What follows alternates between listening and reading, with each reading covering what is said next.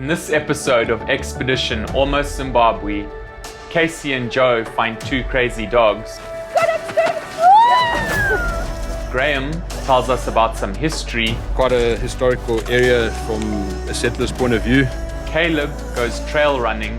How was that? Sorta. And two Australians take over as Zimbabwean tour guides. Oh no, this is just a warm-up though.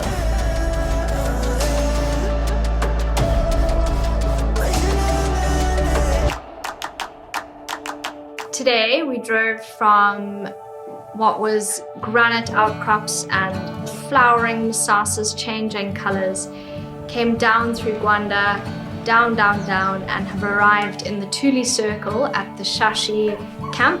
Doesn't look like anyone's been here in a while, so big warm welcome for us when we did arrive. And we're just getting a read of the area and checking it out. The trees are beautiful, there's nice big shade. Goats and dogs, so yeah, we'll see what else is lying in wait. Hello. Wow, Teresa.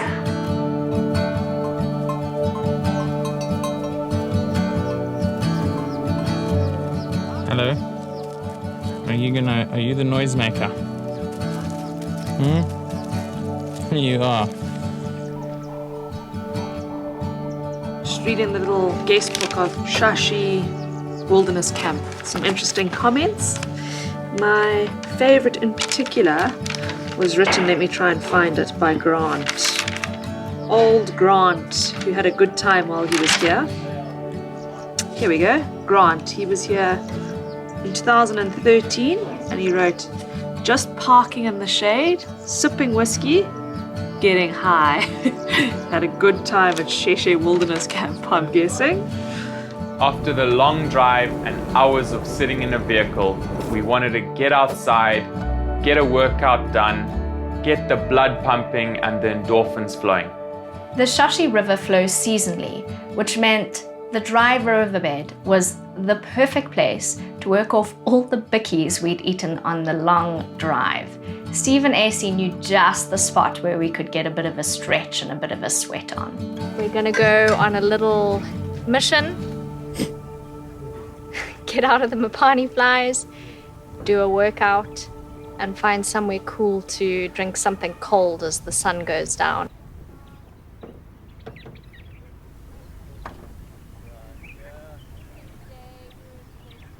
Or that's your first. Yeah, let's Steve's go. First thing. Okay. Oh no, this is just a warm-up though. I get another. I'm not. That's not my go. I've got much more pain That's how in you want to be store. remembered, Steve.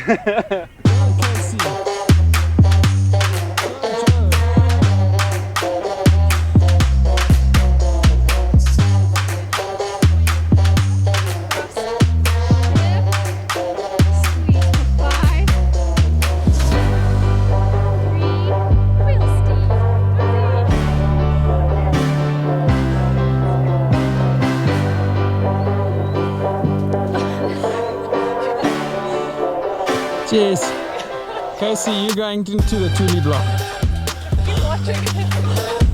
This way I'm fine, but this way, let me demonstrate for you. I can't do it the other way. Terrible. Look, you see. Steve, how was that? Yeah, it's great. Enjoy. Yeah. Feeling fit? Amazing. All right. Steve, what are you? AC, Joe? Yeah, Enjoy. so good in the riverbed as the sun sets.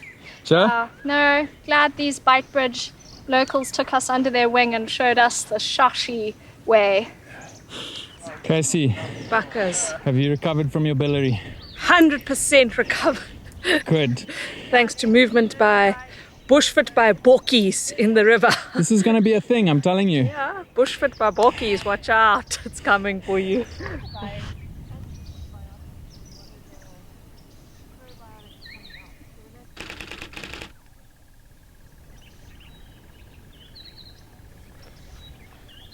Morning, borkies. Borkies. Good morning from a very cold Shashi Wilderness Camp. We're in the Shashi Riverbed with some two rather crazy Shashi dogs behind me. Show me these crazy dogs. Go dogs, go dogs, go dogs! Oh my god.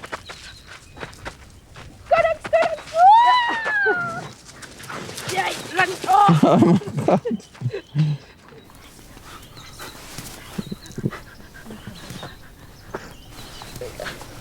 Oh, it's a good boy. Oh, it's a good boy. He's so sweet, yes. With Steve and AC as our nominated tour guides, we set off to explore as much as we could within the one day that we had of the area. Some of these highlights included the ruins of a jail built circa 1890, a graveyard home to the bones of 25 would-be settlers, a cenotaph marking the point where the pioneer column crossed the Shashi River and began to head towards Mashonaland. Exciting stuff.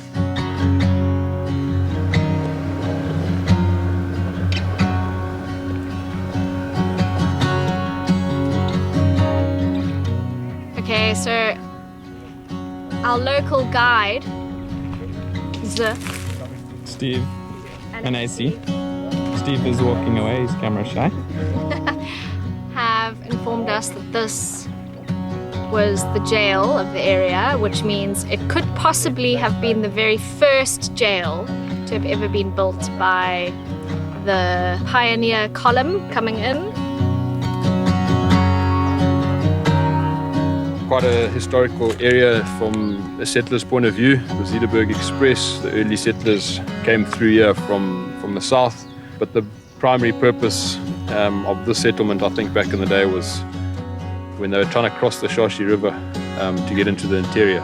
They needed to wait for the river to fluctuate, and there were teams of oxen that used to help pull the wagons across. And from that initial waiting period, I understand, and I could be corrected, but there was a emerging presence of inhabitants here, and with that came the fort, which later played a more important role. But there's a pioneer plaque, and we're also going to go to the cemetery. So if you are a naturalist and you are into a bit of the history and understanding where certainly one element of Southern Africa's history came from in terms of the settlers traveling into the interior, this is a very important part in that narrative. So yeah, nice to see, and a really special part of the country.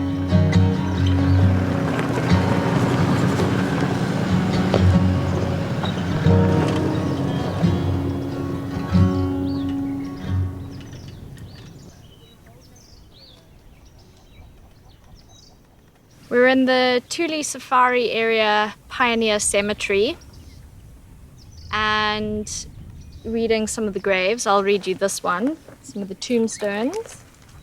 In memory of T.C. Fenton, died 1899. And we worked out here, it's a little weathered and worn, but attacked by a lion and died near Fort Thuli. Captain Leslie Derwing Blackburn, the Scottish Rifles, and then it says, died 23rd of October 1899 of wounds received in action with the Boers near Point Drift while serving with the Rhodesian Regiment Frontier Force.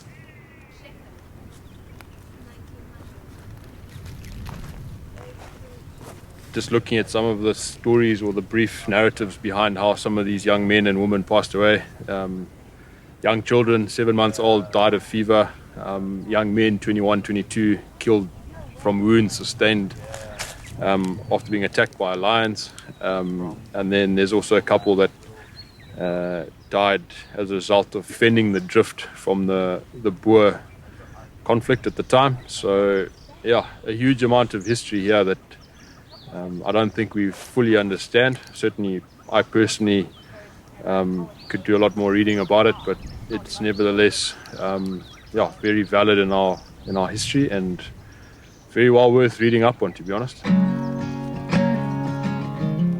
With all the local sites taken in, it was time to head off to Beitbridge West towards our lunch spot.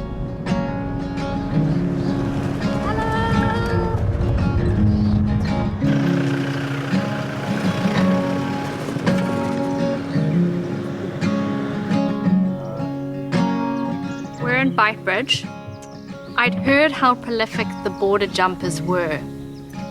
I didn't believe it. but I've seen it with my own eyes. Come, we're gonna catch one. We just stopped for lunch. Not long. At a homestead. Oh my God. Someone is trying to smuggle themselves to greener. Oh my gosh, he's actually just laid an egg. She's just looking. Oh my God, that is a dinosaur. That's so good.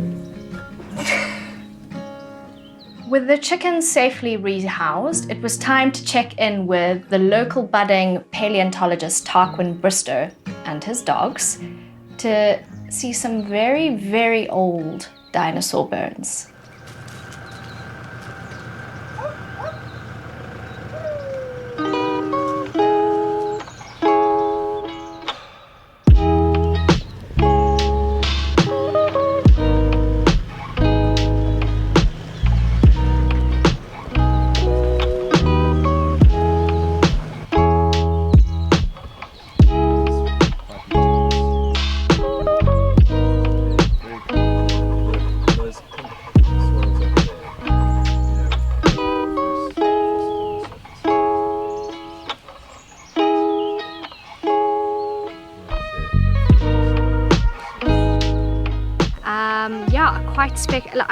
Driving around here, I've been trying to wrap my head around the fact that these creatures, this one is dated to 210 million years ago, that these creatures were walking around on 4 legs, apparently.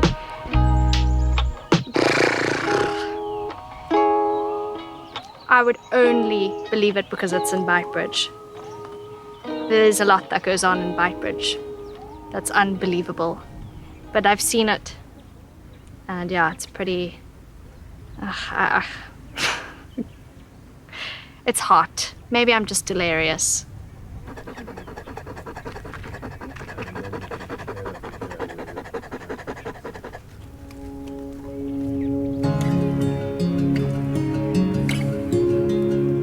We'd packed in a lot for a day. A lot. But it wasn't over yet. Steve and Eezi had told us about this pinnacle known locally as God's Finger, that we'd been given permission to climb. So, of course, climb it we would. And, of course, for some, that meant a sprint up. Not all of us, trust me. Okay, it's 16:05. We are racing up to the top of God's Finger. It is a race. Here we go. Anytime there's a high peak, we've got to go climb it. So myself and Caleb are gonna get to the top. Let's go.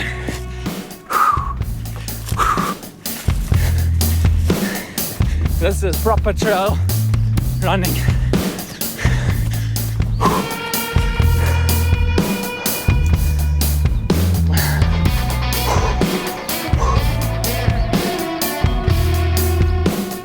Nice, Caleb.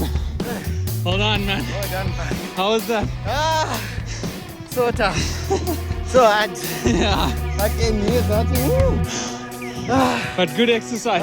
It is. Good stuff. Very. We made it. Just waiting for the others now. Look at this view. Amazing, eh?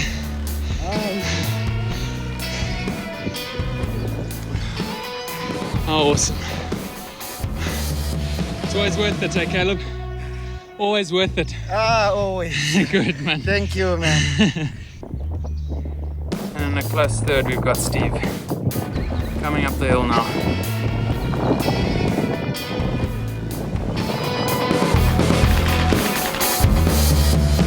I keep saying this, but honestly, Zimbabwe is just beautiful. Cut to epic shot. After everyone arrived at the summit, Steve and Eezi had one more surprise in store for us. Just around the corner from the summit, in a hidden spot, was the most awesome cave.